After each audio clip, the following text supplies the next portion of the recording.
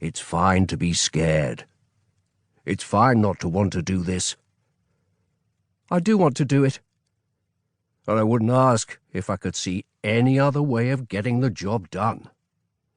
If you knew—" He broke off, while a young woman squeezed past with a tray piled high with dirty mugs, their rims laced with froth.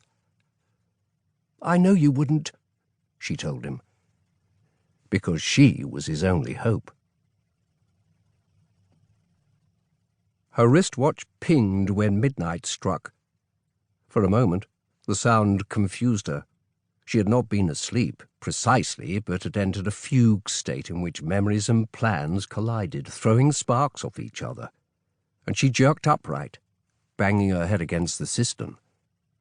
An image of her sister popped and vanished as the cubicle light flickered on, followed by the other bulbs in the lavatory. Her heart pounded.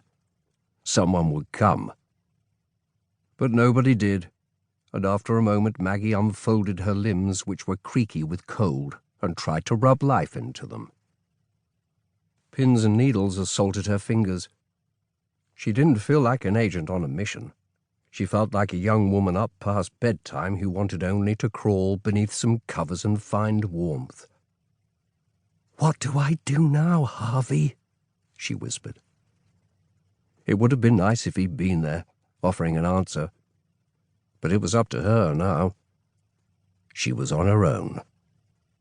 Because it didn't matter, because the lights had blinked on anyway, before making her way out of the cubicle, she raised the toilet lid, pulled down her jeans and pants, and used it for the purpose for which it was intended. Then she rearranged her clothing, closed the lid, and had her hand on the handle before she caught herself. That would be all she needed, to send a watery alarm cascading through the building. She imagined security guards stomping up and down the stairwells, crashing into the lavatories on each floor, throwing open doors looking for the culprit. "Maggie, Maggie," she murmured to herself. When her heart rate was normal, she unlocked her cubicle and tiptoed to the door and opened it, and peered out. The corridor was in darkness. The motion sensors were sleepy and wouldn't kick in until she stepped outside. Even then they allowed a second or two's grace, as if they needed convincing that they weren't rousing themselves for someone of no consequence. For a mouse, creeping its nighttime way along an empty hall. Rather than a spy, an agent on a mission. "Trying not to make the lights come on will only stress you out," Harvey had said. "It can't be done. You have to move to get where you need to be, and the sensors will do the rest, so don't worry about them. You can't control the things you can't control." It was nice that he was confident she could control the other things. "Maggie, Maggie," she chided herself again. Here was the equation. If the lights were off, the guard wasn't on this floor, and if he wasn't on this floor, he wouldn't see the lights coming on, which meant it was safe to step out into the corridor. But before she could do so, the lights flickered, and the door to the lobby clicked shut.